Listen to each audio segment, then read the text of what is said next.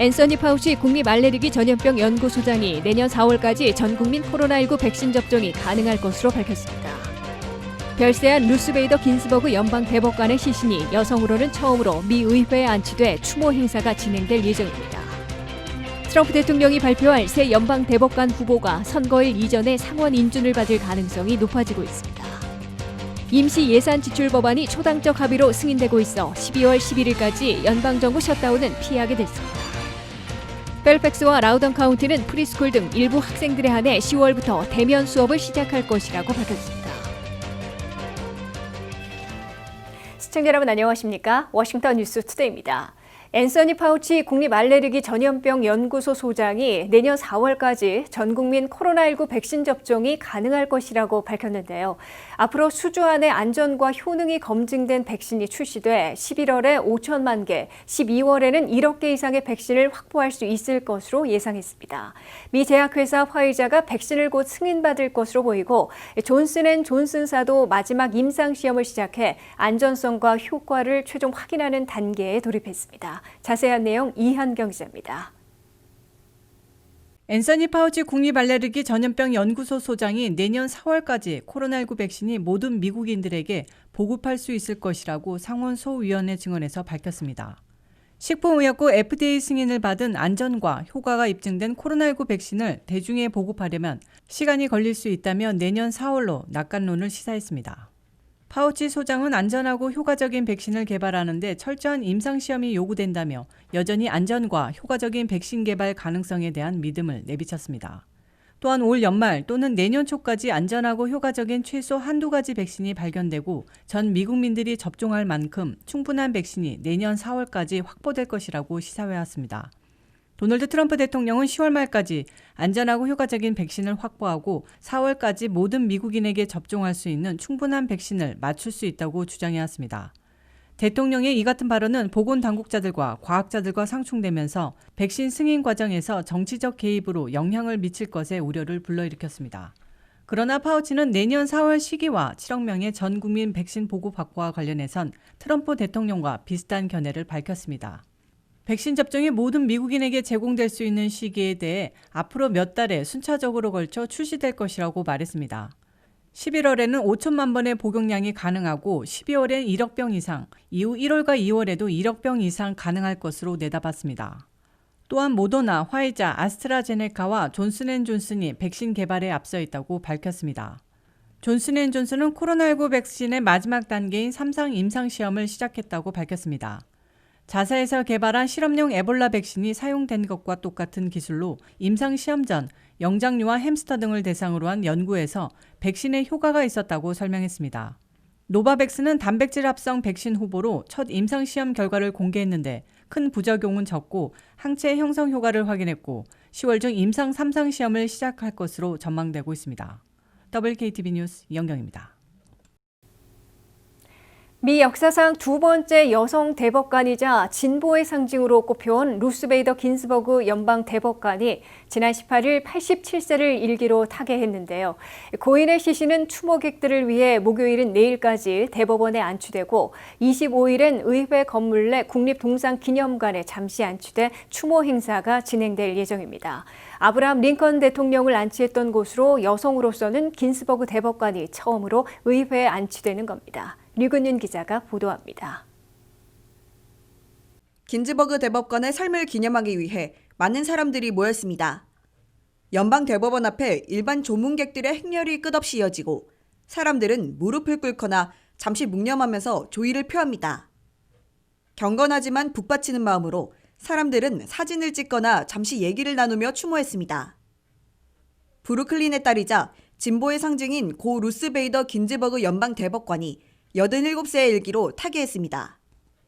평소 여성 인권과 양성평등, 소수자의 인권 향상을 위해 꾸준히 발언하고 소신을 내비쳐온 그녀는 미 역사상 두 번째 여성 대법관이자 사법부 내에서도 진보의 상징으로 꼽히며 미국민에게 존경을 받았습니다.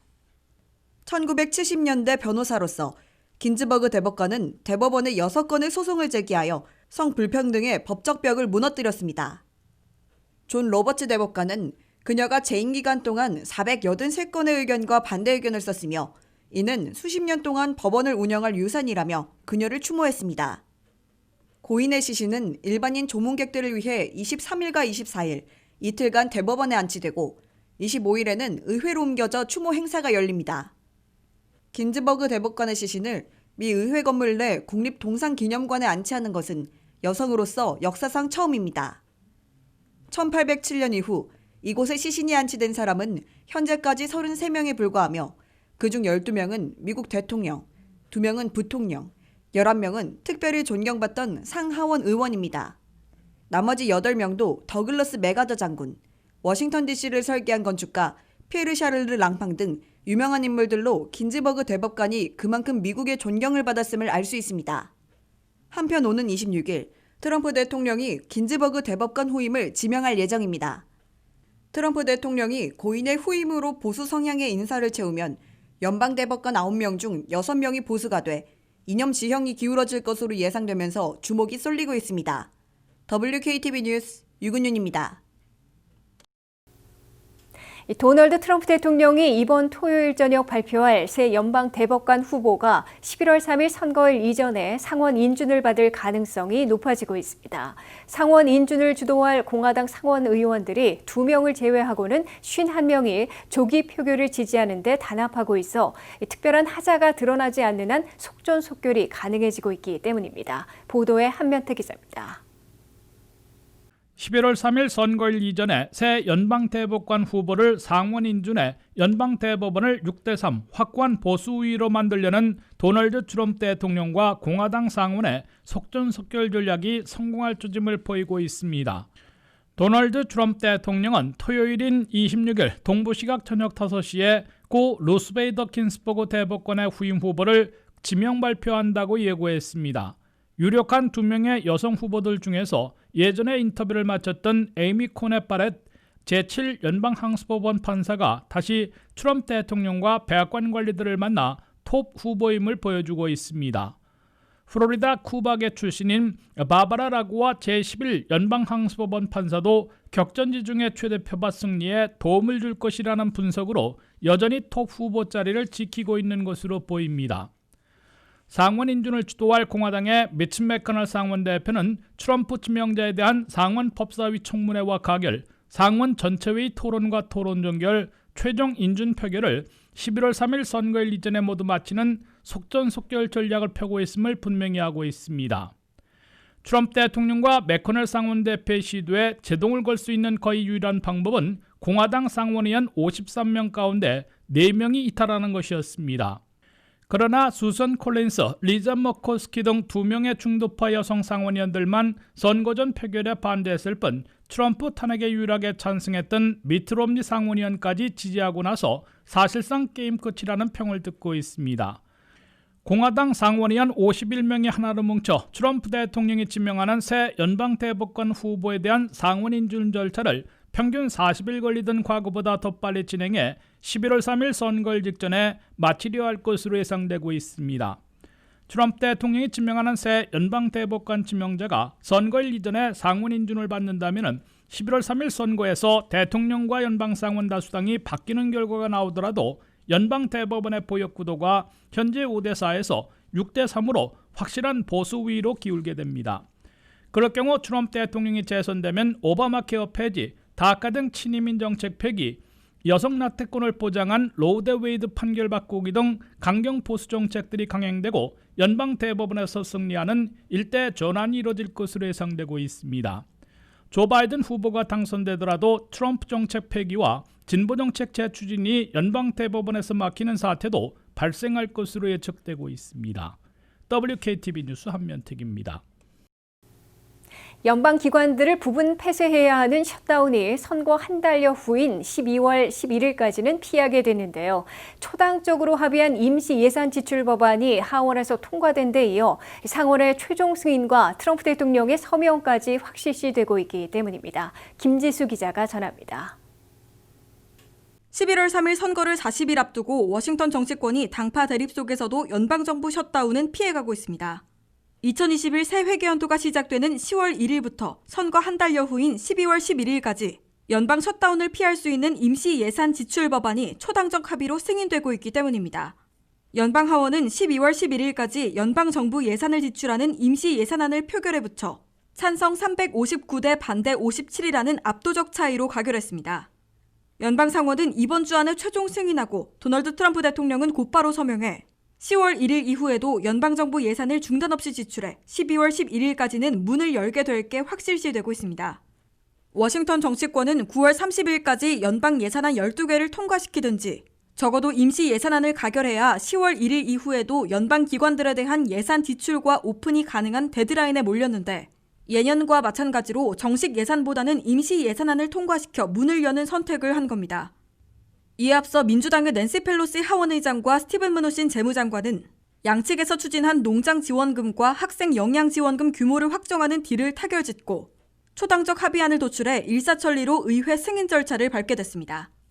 양측 합의에서 백악관이 요구한 농장 지원금은 농장 소득 보호 지원 210억 달러를 포함해 300억 달러까지 지원할 수 있도록 했습니다.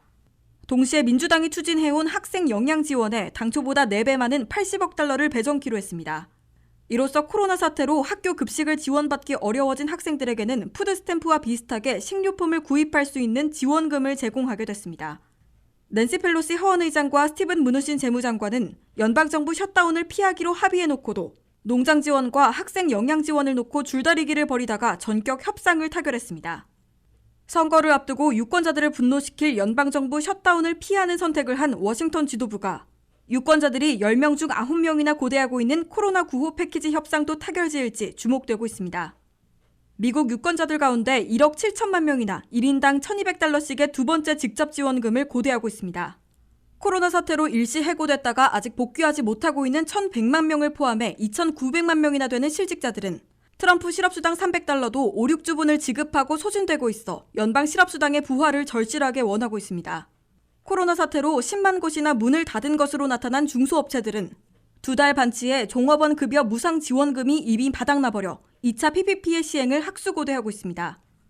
WKTV 뉴스 김지수입니다. 북버지니아 최대 학군인 펠팩스와 라우던 카운티 교육청은 프리스쿨, 자폐증이 있는 어린 학생, 기술 교육 과정이 필요한 고등학생 등 일부 학생들에 한해 10월부터 대면 수업을 시작할 것이라고 발표했습니다. 교육청은 사회적 거리두기와 마스크 착용 등 개인 방역과 위생을 준수하는 가운데 약 6,700여 명의 학생과 653명의 교사가 대면 수업을 재개하게 될 것이라고 밝혔습니다. 보도에 이한경 기자입니다. 북버지니아 최대 학군인 페어팩스 라우던 카운티 교육위원회가 10월부터 일부 학생들에게 직접 대면 수업을 재개할 것이라고 밝혔습니다. 페어팩스 교육감 브라브랜드는 학생과 교사의 약 3.5%가 대면 수업을 시작할 것이라고 말했습니다. 6,707명의 학생과 653명의 교사를 다시 학교로 복귀하는 제안에 교육위원회는 찬성표를 던졌습니다. 10월부터 대면 수업의 시작은 학생들 중 자폐를 앓고 있는 어린이들, 프리스쿨 학생, 직업과 기술교육 과정을 수강하는 고등학생들이 여기에 속하게 됩니다. 일부 대면 학습을 재개하기로 한 결정은 교사, 관리직원, 교실 가용성과 같은 요인을 염두에 두고 준비에 들어갔습니다. 학교가 재개되면 카운티는 사회적 거리두기와 마스크 착용, 책상에 6피트 거리두기, 학생들은 가능한 교실에서 식사를 하도록 할 것이라고 밝혔습니다.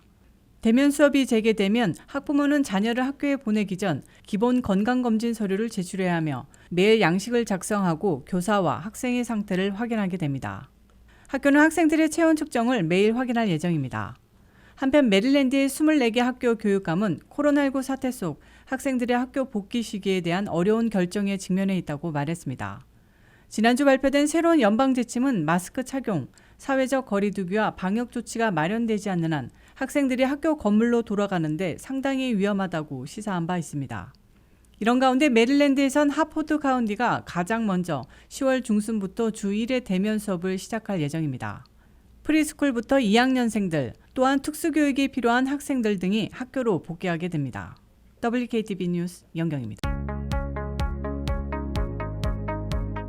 코로나19 의심 증상 발생 시 대응 방법을 4단계로 요약해봤습니다. 먼저 내 몸에 열이 나면서 코로나 감염이 의심됩니다. 다음으로 먼저 개인이 가입한 건강보험사에 전화로 문의를 합니다. 세 번째로 의료 전문가의 지시에 따라 검사 여부를 결정한 뒤 날짜와 장소를 지정받게 됩니다. 마지막으로 확진자로 판정이 나면 자가격리, 항생제를 투여하면서 집중치료에 들어갑니다. 먼저 내 몸에 이상이 있을 경우 의심되는 증상이 무엇이 있는지 살펴보겠습니다. 초기 증상으로 열, 피로감, 마른 기침, 목 아픔 등이 흔하게 발생합니다.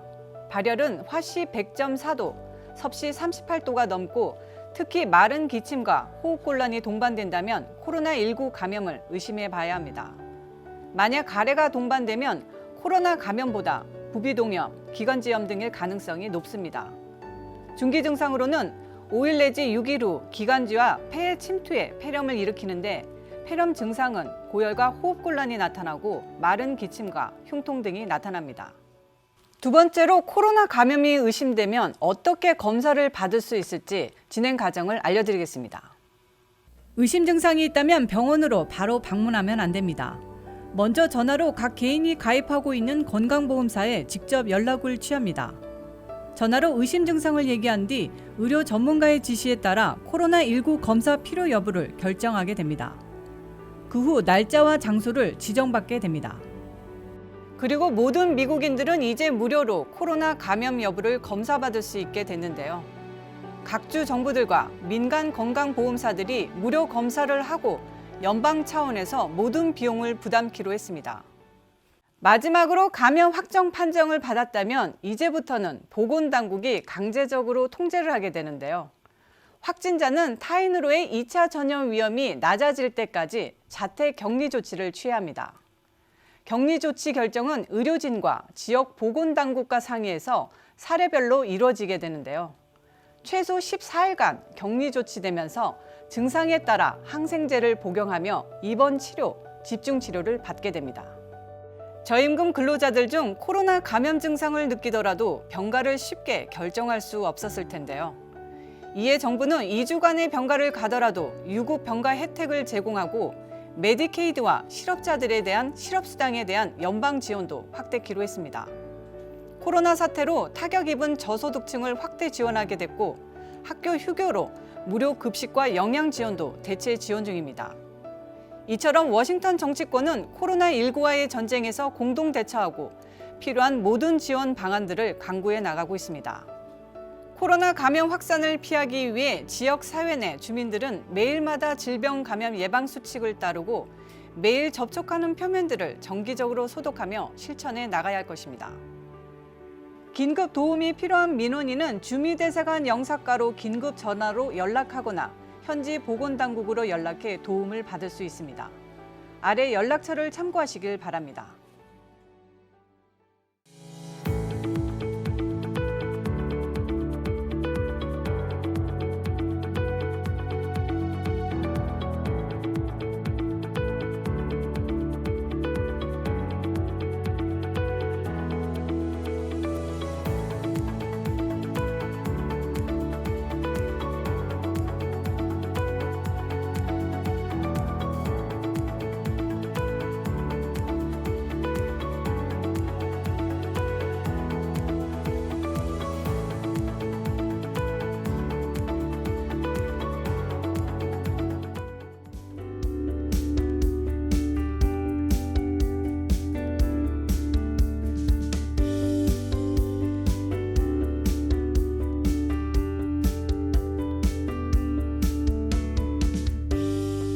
이상으로 워싱턴 뉴스투데이를 마치겠습니다. 시청해주신 여러분 고맙습니다.